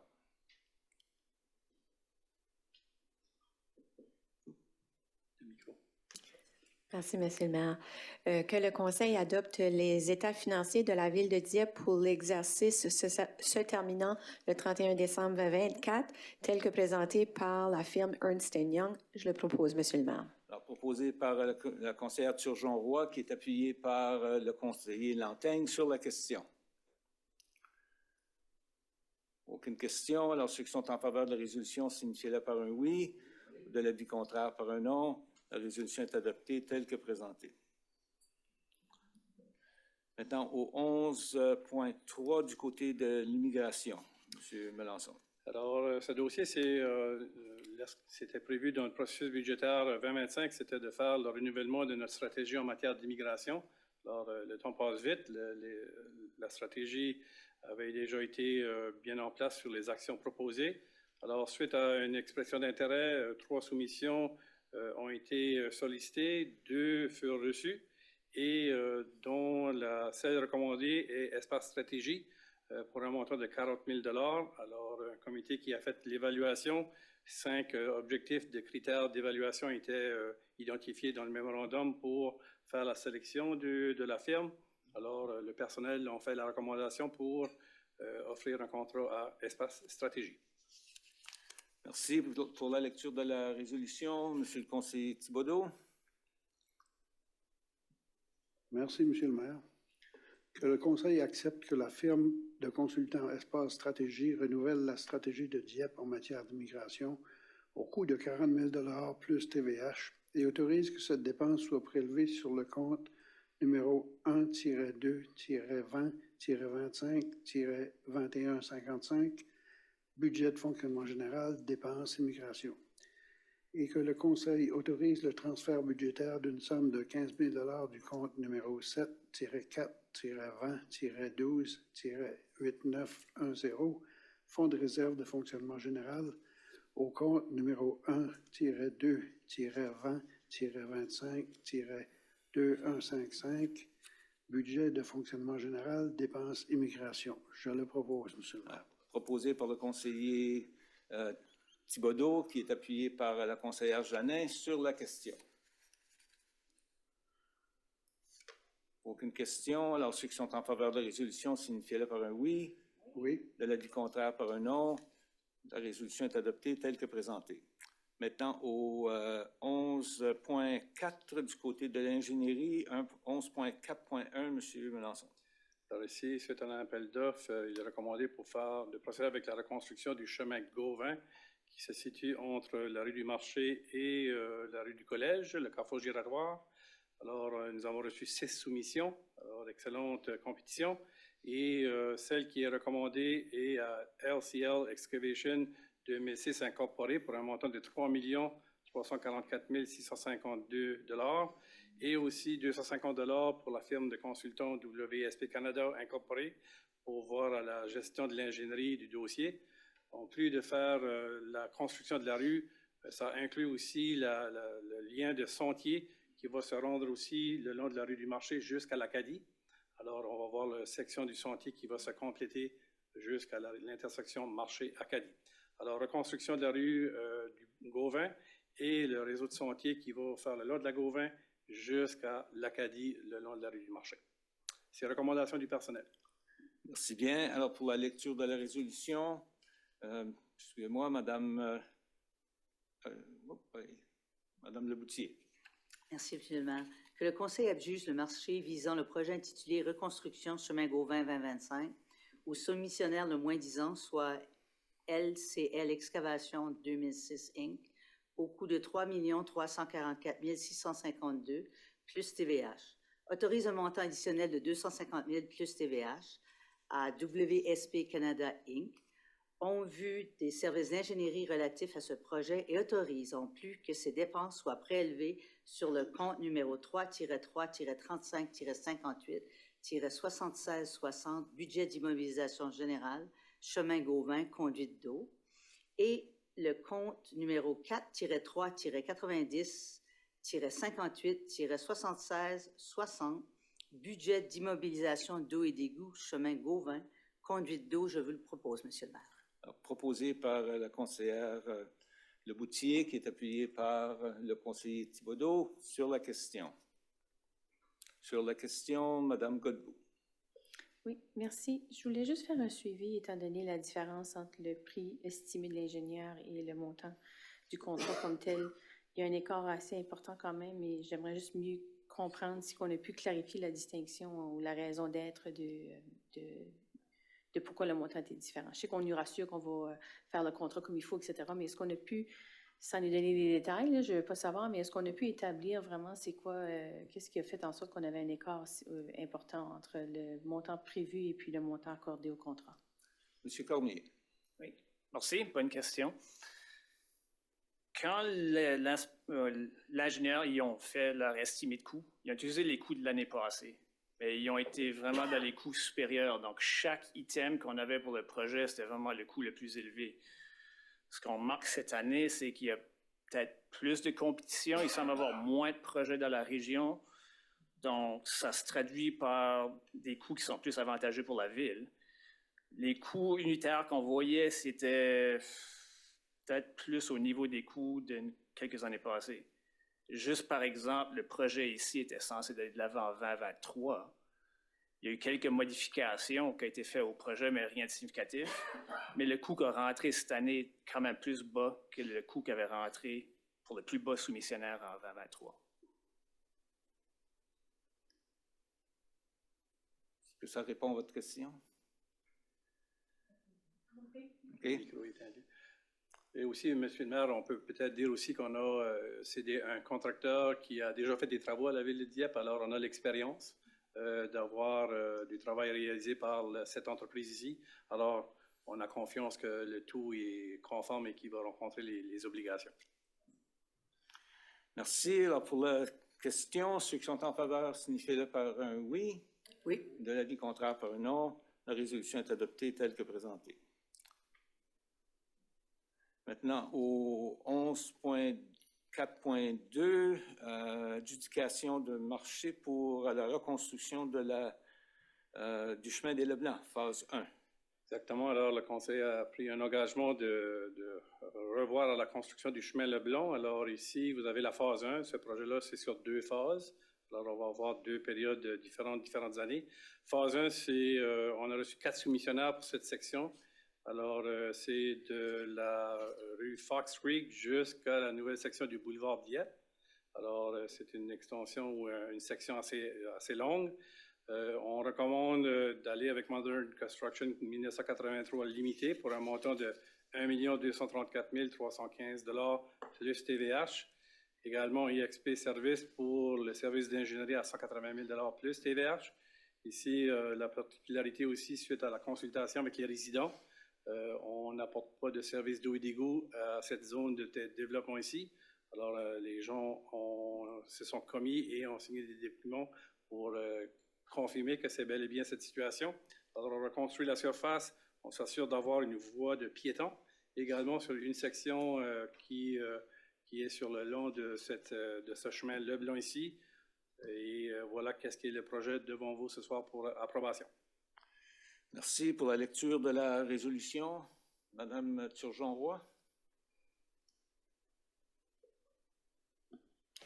Merci, Monsieur le maire. Que le Conseil adjuge le marché visant le projet intitulé « Reconstruction du chemin Leblanc, phase 1 » au soumissionnaire le moins 10 ans, soit Modern Construction 1983 LTD, au coût de 1 234 315 $ plus TVH, autorise EXP Services à entreprendre les services d'ingénierie relatifs à ce projet au coût de 180 000 plus TVH et autorise en plus que ces dépenses soient prélevées sur le compte numéro 3-3-35-58-7679, budget d'immobilisation générale, reconstruction, chemin Leblanc. Je le propose, Monsieur le maire. Merci. Proposé par la conseillère Turgeon-Roy, appuyé par le conseiller Thibodeau sur la question. Sur la question, Monsieur Lantaigne. Merci, Monsieur le maire. Est-ce qu'on a considéré mettre une piste cyclable le long de... Je présume qu'il n'y a pas assez d'espace. C'est trop serré. Monsieur Cormier. Monsieur Cormier. Donc, sur le chemin, il va y avoir une voie le long de l'accotement ou de l'épaulement qui va être environ 2,4 mètres de large, plus un demi-mètre de large pour le gravier, donc presque 3 mètres de large, où ce qui pourrait avoir du transport actif. Ça pourrait ressembler un petit peu comme ce qu'il y a sur l'avenue Virginia, juste ici, là, pas loin du sentier riverain. OK, mais ce ne sera pas nécessairement désigné pour les vélos. Vélo et piétons. Donc, il y aura même du marquage sur rue à cet effet. OK, parfait, excellent. Merci beaucoup. J'ajouterai aussi, M. le maire, qu'on a un terrain public qui est le long de ce chemin Leblanc-là pour une bonne section. Alors, on est en train de regarder à comment on peut maximiser l'espace de notre terrain public qui appartient déjà à la municipalité. Alors, on va voir. Ça, cet accotement-là, ça va être asphalté? Oui. Pour les vélos, là? Oui. OK, excellent. Excellent, merci. Merci. Autre question? Je n'en vois pas d'autres. Alors, ceux qui sont en faveur de la résolution, signifient par un oui. Oui. De l'avis contraire par un non. La résolution est adoptée telle que présentée. Et ça nous amène au 11.4.3, achat de poteaux, feux de circulation et Intersection. Sur l'intersection, excusez-moi, sur l'intersection de la rue Champlain. Exactement. Alors, cette année, on apporte des améliorations à l'intersection. Un des défis que l'on a souvent aux intersections, c'est d'avoir les poteaux qui s'installent pour les feux de circulation. Alors, cette année, on a choisi de faire l'achat des poteaux avant d'offrir le contrat au contracteur qui sera choisi dans un temps à venir. Alors, on place la commande, on a invité 3 fournisseurs d'équipements de poteaux et c'est la compagnie Mallard Forestry Equipment qui a été recommandée à 93 638 $ plus TVH. Alors, c'est pour préparer et être complété à temps le projet de l'intersection Acadie-Champlain avec les poteaux qui seront arrivés avant que le projet soit complété. Recommandation du personnel. Merci pour la lecture de la résolution par la conseillère Leboutier. Merci, M. le maire. Que le Conseil autorise l'achat de poteaux pour feux de circulation en vue de projet intitulé « L'amélioration de l'intersection Champlain-Acadie » au soumissionnaire le moins-disant, soit Mallard Forestry Equipment, Inc., au coût de 93 636 $ plus TVH, et autorise en plus que cette dépense soit prélevée sur le compte numéro 3-3-35-58-76-79, budget d'immobilisation générale, amélioration Champlain-Acadie. Je vous le propose, M. le maire. Proposé par la conseillère Leboutier, qui est appuyée par la conseillère Janin sur la question. Aucune question. Ceux qui sont en faveur de la résolution. C'est une question, M. le maire, la conseillère Legault. Je l'ai pas. Excusez-moi, je l'ai manqué. Puis c'est un commentaire plus qu'une question. Je voulais remercier les gens qui ont préparé le matériel, de nous avoir donné le paragraphe qui a clarifié que c'est effectivement une corporation maritime et que les poteaux seraient fabriqués au Canada. Alors, merci pour les attentions que vous apportez à ces enjeux-là dans vos contrats. Merci. Merci. Alors, pour le vote, ceux qui sont en faveur de la résolution, signifient-le par un oui, ou de l'avis contraire par un non. La résolution est acceptée telle que présentée. Au 11.5.1, adjudication de marché sur l'achat d'un camion. Alors ici, suite à un appel d'offres, 3 soumissions furent reçues. J'ajouterai aussi qu'une invitation a été envoyée à tous les concessionnaires. Alors, On a reçu 3 soumissions, alors il y a de la compétitivité un peu avec cette recommandation ici. C'est recommandé d'aller avec Lansbury Automotive Limited pour un montant de 26 155 et 55 sous plus TVH. Alors, c'est notre recommandation de procéder avec l'acquisition de ce véhicule. Merci. Alors, pour la lecture de la résolution, Mme Godbout. Merci. Je vais dire que le Conseil adjuge le marché visant l'achat d'un camion modèle 2025 Chevrolet Silverado 2500 pour le service des opérations à Lansbury Automotive Ltd. Au coût de 155 $155,55 sous plus TVH, conformément à sa proposition en date du 19 mars 2025 et autorise que cette dépense soit prélevée sur le compte numéro 3-2-20-12-7901, budget d'immobilisation générale, achat d'équipements, travaux publics. Je vous le propose, Monsieur le maire. Merci. Proposé par la conseillère Godbout, qui est appuyée par le conseiller Brideau. Sur la question. Aucune question. Alors, ceux qui sont en faveur de la résolution, signifiez-le. Oh, excusez-moi, Monsieur Thibodeau, sur la question. Oui, la question, c'est simplement que c'était dû pour être, ça rentre jusqu'à 2025, puis on doit changer en 2028, c'est-à-dire qu'on doit changer en 2025. Est-ce qu'il y a quelque chose de particulier? Est-ce qu'on a fait plus de kilométrage avec le camion ou est-ce que... Monsieur Guillaume, on va demander aux connaisseurs de l'information de vous partager la réponse. Monsieur le maire, bonsoir. Membre du conseil, bonsoir. Merci pour la question. Il s'est avéré que chaque année, nos véhicules passent une inspection. L'année dernière, l'inspection a été faite en externe et le véhicule était considéré comme étant encore acceptable.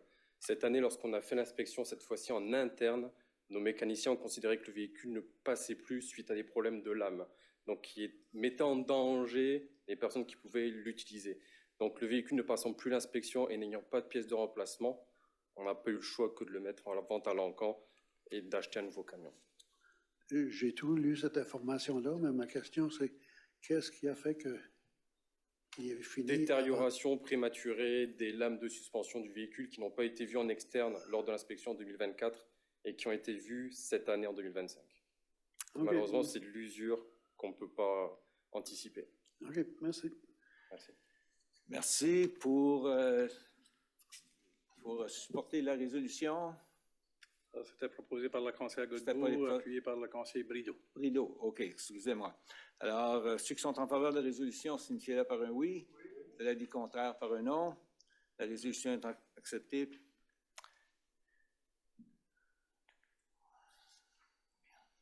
Alors, 11.5.2, détermination d'articles excédentaires en termes d'équipement. Monsieur Melançon. Alors, je vous ai déjà parlé de ceci périodiquement. On a des équipements qui soit ne rencontrent pas les besoins opérationnels ou qui ne sont pas utilisés.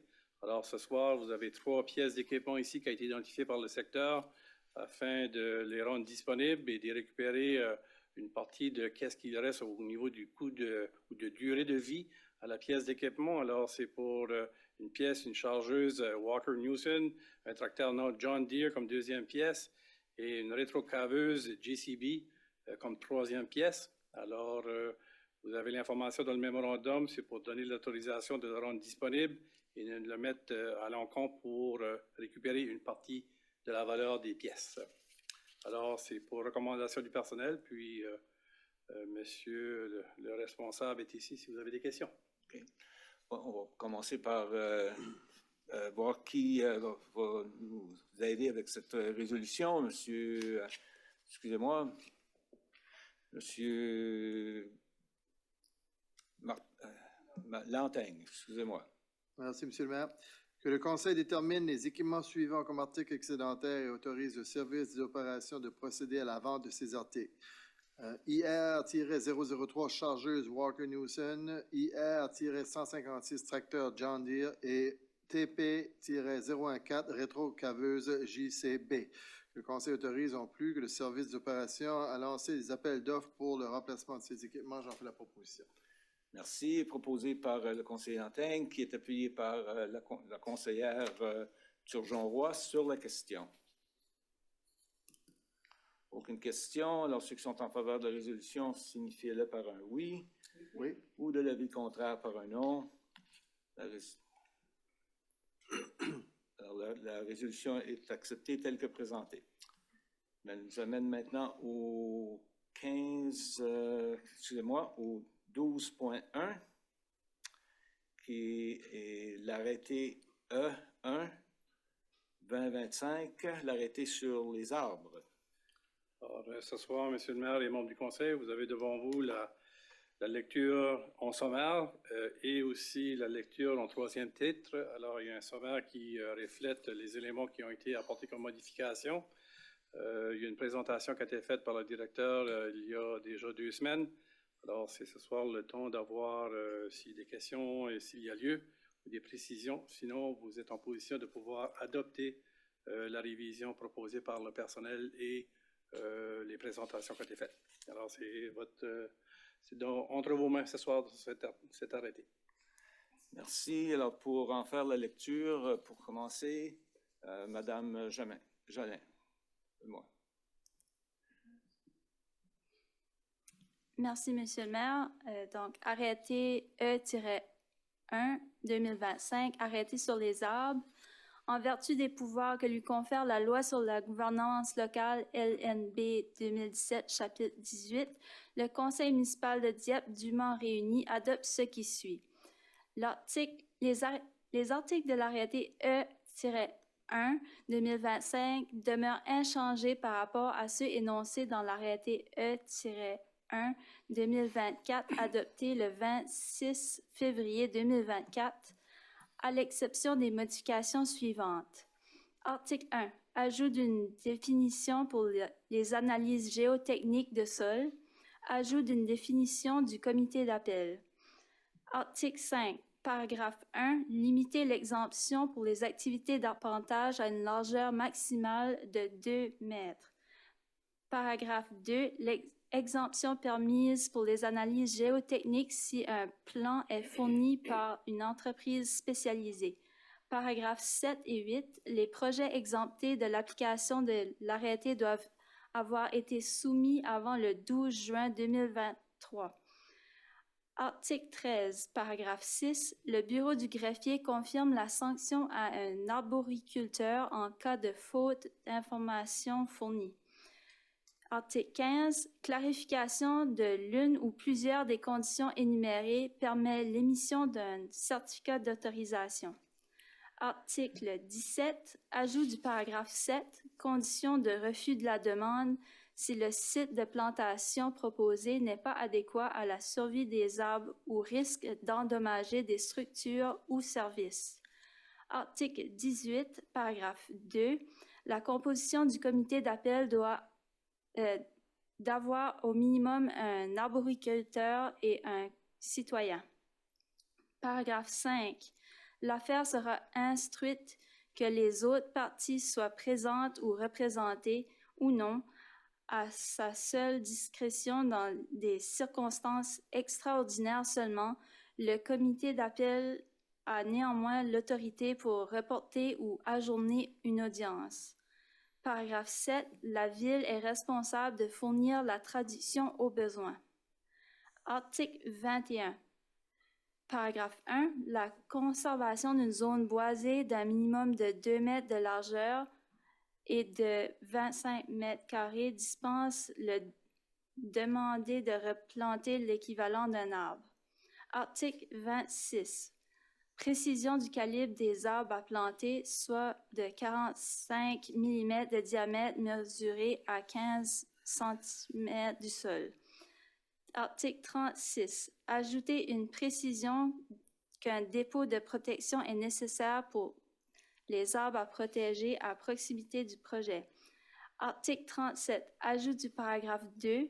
En lieu et place d'une compensation financière, le demandeur peut proposer un projet environnemental à valeur ajoutée de valeur équivalente ou supérieure à la compensation financière sur son site tel que A. Toit vert, B. Jardin de pluie, C. Bassin de rétention naturalisé, D. Autres projets approuvés par la Ville. Ajout du paragraphe 3 pour que le projet environnemental proposé au paragraphe 2 puisse être accepté, il doit remplir les conditions suivantes. Un dépôt équivalent à la compensation financière doit être versé à la Ville tel que défini dans l'article 36. B, celui-ci ne doit pas faire partie d'une exigence environnementale d'un autre palier de gouvernement ou d'une exigence particulière de la Ville. Article 40, paragraphe 1, correction du terme article pour paragraphe, changement du mot et pour ou, et ajouter qu'une amende peut être émise par arbre ou par 100 mètres carrés de zone de boisée affectée. Paragraphe 2, correction du terme article pour paragraphe, changement du mot et pour ou. Je le propose en lecture sommaire. Merci. Proposé par la conseillère Genet sur la question, excusez-moi, appuyé par le conseiller Thibodeau sur la question. Monsieur Thibodeau. Merci, Monsieur le maire. Simplement une précision. On parle à l'article 21, on dit que dispense le demandé de replanter. Est-ce que ce ne serait pas le demandeur? C'est possible. Okay. Oui, en effet, c'est une coquille. Là, ça devrait être écrit le demandeur. Mes excuses pour clarification. Je voulais juste m'assurer que on finit par plus les voir, là, celle-là. Désolé. On fera la correction. Si tout le monde est d'accord, oui. Ça va? Merci. Autre question? Madame Leboutier. Merci. C'est juste une question de clarification. Lors de notre dernière présentation, on avait suggéré de regarder à peut-être dans des individus, des résidents particuliers qui auraient peut-être un maximum de montant. Est-ce que ça a été regardé et quels ont été les constats? Oui, merci pour la question. Ça a été évalué avec la direction générale, aussi avec la personne qui avait fait la mention. Une chose qui n'avait peut-être pas été communiquée non plus lors des présentations, c'est que pour éviter de devoir payer un dépôt, on offre souvent aux gens de faire la plantation avant la coupe d'arbres. De cette manière-là, on évite l'échange d'argent, on évite la paperasse, tout le monde est gagnant. Fait que dans beaucoup de cas, c'est quelque chose, une solution qui est alternative pour justement éviter des gros montants. Fait qu'on va mieux promouvoir cette initiative-là pour voir d'abord si ça fonctionne là, avant de proposer de résoudre de mettre des caps. L'impact de mettre une limite ou un cap là, au dépôt, c'est pour éviter que quelqu'un fasse, tant qu'à mettre un cap de 1 000 $, je vais en couper 10 au lieu de 5, là, pour éviter que quelqu'un essaie de se négocier un genre de rabais de volume, là. Fait que c'est ça. On va y aller vers cette stratégie-là. Ah, c'est vraiment bien. Merci beaucoup. Okay, merci. Merci. Monsieur Thibodeau pour une deuxième. Oui, merci, Monsieur le maire, de m'accorder cette demande. On les contrôle. C'est simplement un commentaire. C'est que je reçois régulièrement des questions des membres du public au sujet de cet arrêté-là. Toutes sortes de questions comme est-ce que je dois payer 500 $ pour couper un arbre qui est mort dans ma cour? Et puis, toutes sortes de questions comme celle-là. Je pense qu'il y aurait intérêt à ce qu'on fasse une fiche d'information puis de distribuer au public. Simplement une suggestion. Je pense que... J'en prends note. Merci. C'est quelque chose qu'on a remarqué aussi, le site web, et il y a beaucoup de contenu. On va peut-être regarder, je vais discuter avec ma collègue aux communications pour voir si on peut préparer du contenu explicatif, effectivement. Mais n'hésitez pas à les diriger vers notre boîte environnement@diep.ca. On répond à toutes les questions. OK, merci. Également, Monsieur le maire, oui. Lorsqu'on aura l'arrêté révisé, avoir une consistance à l'arrêté. Alors, si on fait des formats de promotion, il ne faut pas avoir des changements trop souvent. Alors, maintenant qu'on va avoir, je pense, un ébauche d'arrêté très complet, on peut commencer à faire des fichiers qu'on peut promouvoir. Merci. Rien d'autre? Alors, on en était à ça, c'était la lecture sommaire. Exactement, proposé par la conseillère Mélissa et appui du conseiller Ernest. Ernest. Et alors, sur la question, aucune autre question? Ceux qui sont en faveur, signifiez-le par un oui. Oui. Ou de l'avis contraire par un non. Alors, l'arrêté par titre seulement est accepté. Sommaire, excusez-moi, sommaire est accepté. Et ça nous amène à maintenant au la même article 25, approbation de... Oh, excusez-moi. Troisième lecture par titre. Troisième lecture par titre seulement. Je savais j'en sautais une en quelque part. S'il vous plaît, procédez avec le troisième. Merci, Monsieur le maire. Arrêté E-1 2025, arrêté sur les arbres. Je le propose en troisième lecture. Merci. Proposé par la conseillère Jeannin, qui est appuyé par le conseiller Thibodeau. Sur la question. Aucune autre question. Alors, ceux qui sont en faveur signifient par un oui, ou de l'avis contraire par un non. Alors, c'est maintenant accepté en troisième lecture. Ce qui nous amène au 12.2.1 sur l'article... Arrêté A6. A6, excusez-moi. Alors, Monsieur le maire, une présentation a été faite par notre trésorier il y a déjà quelques semaines. Le temps passe vite. Alors, on a reçu certains commentaires de la part des membres du Conseil. Certains éléments ont été intégrés avec la version que vous avez devant vous ce soir. Il y a un sommaire qui reflète les éléments clés de ce qui a été apporté comme changement à l'arrêté A6. Alors, ce soir, vous êtes demandé d'avoir une première et deuxième lecture par titre seulement et par la suite d'émettre vos commentaires. Alors, c'est pour votre considération ce soir au niveau des seuils, niveau d'autorisation hiérarchique, augmentation des montants approbation déjà approuvés au budget et des dépenses en surplus ou non budgétées. Alors, ces éléments-là font partie intégrale des modifications apportées à l'arrêté. Merci. Pour en faire la lecture, Mme Leboutillier. Merci beaucoup, Monsieur le maire. C'est par titre seulement. Titre seulement. OK, on y va. Arrêté A6-2025, arrêté relatif à l'approbation des dépenses budgétaires. Nous proposons de reviser l'arrêté. Conseillère Leboutillier, c'est juste par titre seulement ce soir. Oh, ben là, on t'a sauvé beaucoup merci. de... Vous étiez bien parti, mais c'est juste je par titre. m'enlignais, là. Puis là, je voyais le gros. J'ai pensé vous arrêter tout de suite. Bon, excusez-moi. Arrêté Pas de problème. A6-2025, arrêté relatif à l'approbation des dépenses budgétaires. Merci. Qui est appuyé par le conseiller Thibodeau sur la question. Aucune question? Oh, excusez-moi. Ah, la page est devant. Oui. Madame Godbout. Merci. Premièrement, merci pour la présentation de l'arrêté. Merci d'avoir pris en considération certains commentaires que je sais que moi j'avais contribué à faire. Je les vois reflétés dans les modifications qui sont proposées, alors merci pour ça. Il me reste peut-être deux questions de suivi. Lorsqu'on regarde les nouveaux niveaux d'approbation, est-ce qu'on a un scénario dans ce qui est proposé dans lequel la personne approuve un contrat, approuve les délégations pour approuver le concept, l'achat ou d'autres choses, et aussi peut faire et approuver le montant et le chèque. Alors, est-ce qu'à un moment donné, on s'assure qu'il y a toujours deux personnes qui regardent un montant qui est approuvé? C'est ça que je voulais voir. Est-ce qu'il y a des scénarios dans lesquels il y a juste une personne qui a toutes les autorités pour signer un contrat, autoriser un contrat et payer le contrat, ou est-ce qu'en tout temps, il y a au moins deux différentes autorités qui regardent la question? Puis je pose la question parce que les délégations sont générales, j'ai pas de misère, mais je voulais juste m'assurer c'est quoi le mécanisme de contrôle pour s'assurer qu'on a toujours une distinction entre la personne qui autorise le contrat, approuve un contrat, puis l'autre qui signe et paye et le montant. M. Thériault.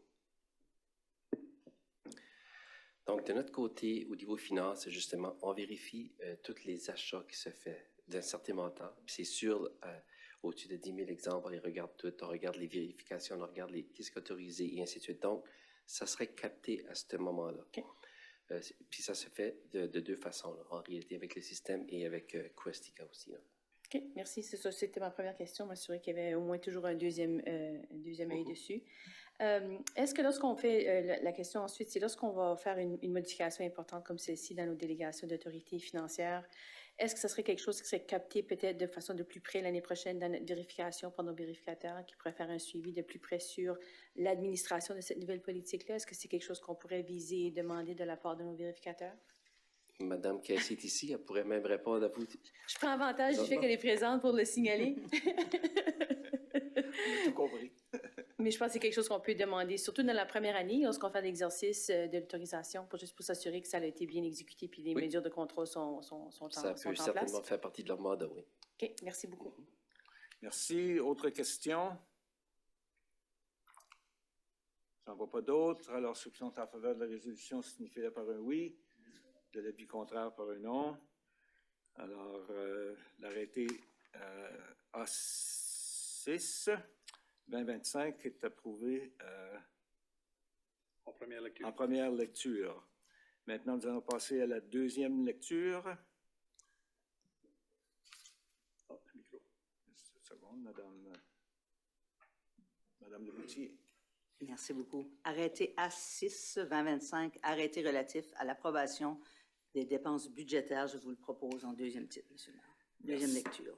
Merci. Et elle est appuyée par le conseiller Thibodeau. Ça tient toujours, oui. Alors, question de la part des membres. Aucune autre question. Alors, ceux qui sont en faveur de la résolution signifient par un oui. Oui. De l'avis contraire par un non. Alors, on a accepté en deuxième et dernière lecture dans ce cas. C'est tout. Demande de renseignement. C'est là qu'on est rendu. On va commencer à l'autre bout avec M. Lantaigne. Rien de particulier pour moi. Peut-être juste mentionner que j'ai eu l'occasion et le privilège d'assister aux funérailles de Mme Antonine Maillet. Ce dimanche, c'était une excellente cérémonie à la hauteur et à la grandeur de la dame. Donc, je me considère chanceux d'avoir pu représenter la ville et d'y participer, de même qu'à la réception qui a suivi. Donc, voilà. Et nous vous en remercions. Merci. Madame Godbout. Merci, Monsieur le maire. Une question de suivi ce soir. On a vu avec le retrait du récent de la taxe du carbone à la baisse, on a vu la baisse des taux des carburants. Je sais que dans notre budget, on est quand même un grand utilisateur de carburant. Alors, qu'est-ce qui serait un impact? Est-ce qu'on prévoit un impact sur notre budget de la ville, sur la réduction du taux de carburant dans notre budget principal? Est-ce que c'est significatif assez pour avoir un impact dans nos budgets? Je ne l'ai pas de calculé comme tel. C'est sûr qu'au niveau du déneigement, ça va coûter moins cher de ce côté-là. Déjà, on a vu qu'il y avait un surplus, mais ça se peut que le surplus serait là l'année prochaine. Au niveau de la construction, aussi au niveau d'ingénierie, de ce côté-là aussi, les coûts qu'on devrait recevoir, parce qu'il y a beaucoup de transport qui se fait de ce côté-là, devraient aussi refléter ce côté, la réduction justement du prix d'essence, oui.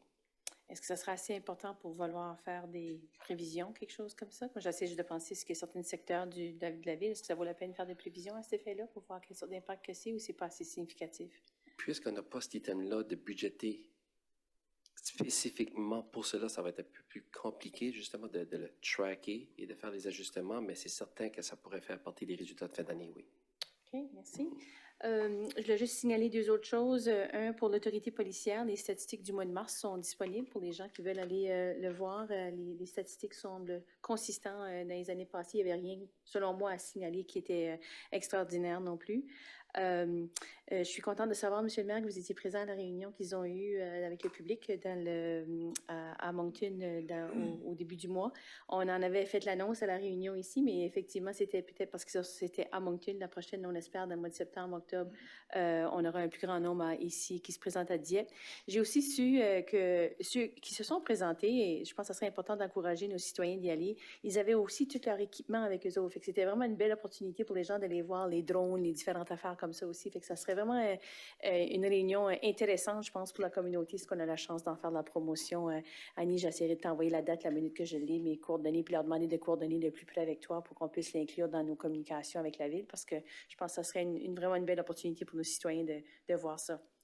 L'autre chose, je voulais juste féliciter le travail pour l'arrêté sur les arbres. Encore une fois, c'était un arrêté important lorsqu'on l'a introduit. On vient d'en faire une révision importante.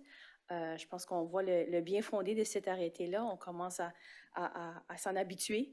Et puis, pour moi, quand je pense à pourquoi est-ce que je voulais me présenter au conseil, puis je pense au futur, c'était pour que mes enfants veulent vivre ici à Dieppe. Je pense que cet arrêté-là va être un morceau important de pourquoi les gens vont vouloir vivre à Dieppe. Alors, merci à toute l'équipe qui a fait le travail là-dessus et puis de ne pas avoir lâché le coup dessus et pour cette révision-là importante. Merci. C'est tout. Madame Turgeon-Roy.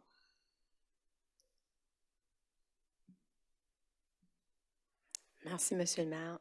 Je voulais juste faire une demande pour un suivi d'une question que je pose régulièrement, puis conseiller Ernest aussi l'a fait dans les dernières années. C'est le coin de Chartersville en haut, à l'intersection où le boulevard Dieppe. Juste en haut, là, avant de tourner vers la IGA. Cette parcelle-là ou ce coin-là de la rue est terriblement magané, je vais le dire en bon acadien, là. Puis même que je pense qu'il y a eu des travaux qui se sont faits dans les dernières semaines dans ce coin-là, je ne sais pas qu'est-ce qui est arrivé. En tout cas, j'ai beaucoup de plaintes des citoyens, puis c'est une rue qui est tellement achalandée pour que les gens se rendent sur le boulevard Dieppe, dans le IGA et tout ce coin-là. Ça fait que je veux juste voir, est-ce que c'est sur notre radar? Il me semble qu'on nous avait mentionné que c'était peut-être plus dans les années prochaines, mais de voir est-ce qu'il y a quelque chose de planifié pour au moins améliorer ce coin-là de la Chartersville.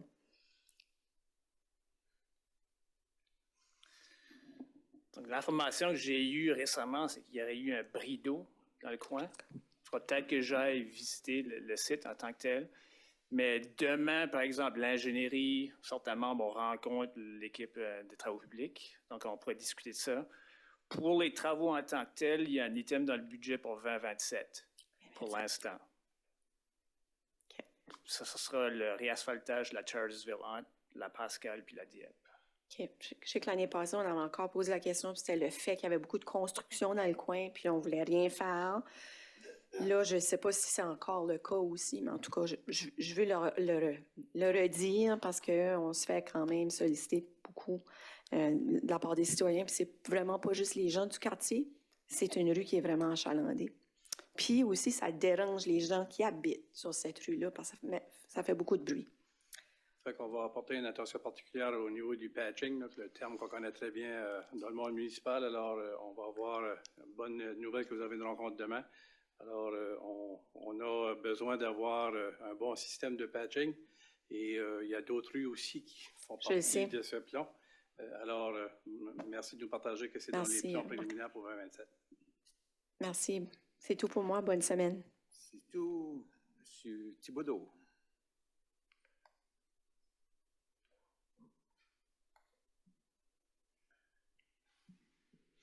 Je vais y arriver. Merci, M. le maire. Madame José, vous venez d'appuyer la même chose que j'ai dit à la dernière réunion. Vous étiez absente. Alors, à part ça, j'ai rien, M. le maire. C'est tout. Rien du tout. Alors, on va continuer avec Mme Genet. Merci, M. le maire. Je n'ai rien à ajouter ce soir. Mme Leboutillier. Moi, M. le maire, c'était plus une... dernièrement, je me suis promenée puis je me demandais si ce serait possible, lorsqu'on regarde à la communication avec nos résidents, si on ne pourrait pas avoir des genres de communication comme qu'on voit dans la plupart des municipalités maintenant avec tout le niveau de digital, les petites enseignes pour annoncer qu'est-ce qu'on fait, etc. Si ça serait une possibilité, qu'est-ce qui serait les coûts pour, dans les points probablement d'entrée de notre ville ou des places stratégiques qu'on pourrait communiquer? Je vais voir ce serait quoi les coûts, etc. Si ça serait possible, parce que je trouve que les places que j'ai vues récemment, je dis, c'est bien, ils annoncent des festivals, ils annoncent des choses, les activités municipales, les réunions, un peu comme qu'on a aussi au centre aquatique. J'aimerais, en tout cas, pour démontrer aussi, puis ça serait si les coûts ne sont pas si énormes que ça, ce serait une belle façon de communiquer d'une autre façon avec nos résidents. Merci beaucoup et une bonne soirée à tous. Merci, Brideau aussi. Monsieur Brideau.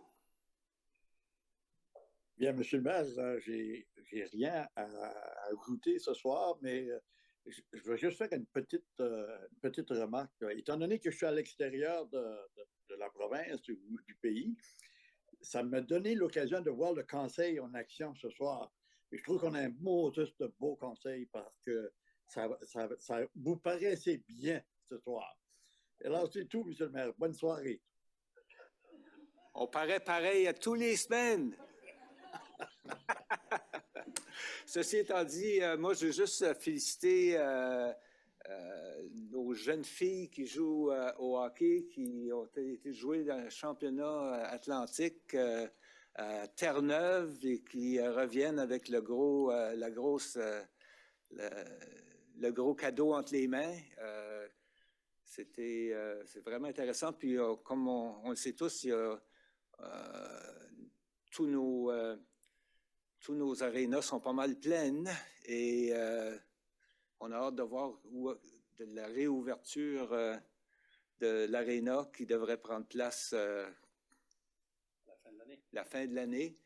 Ça va encore une fois un peu de patience pour les adeptes, mais c'est vraiment, on reconnaît vraiment beaucoup et on sait qu'on aura d'autres opportunités de voir nos jeunes s'améliorer dans toutes sortes de sports, et pas juste le hockey, mais dans tout autre sport. C'est pour ça qu'on travaille comme communauté, d'avoir des choses, des activités que tous nos jeunes peuvent en profiter.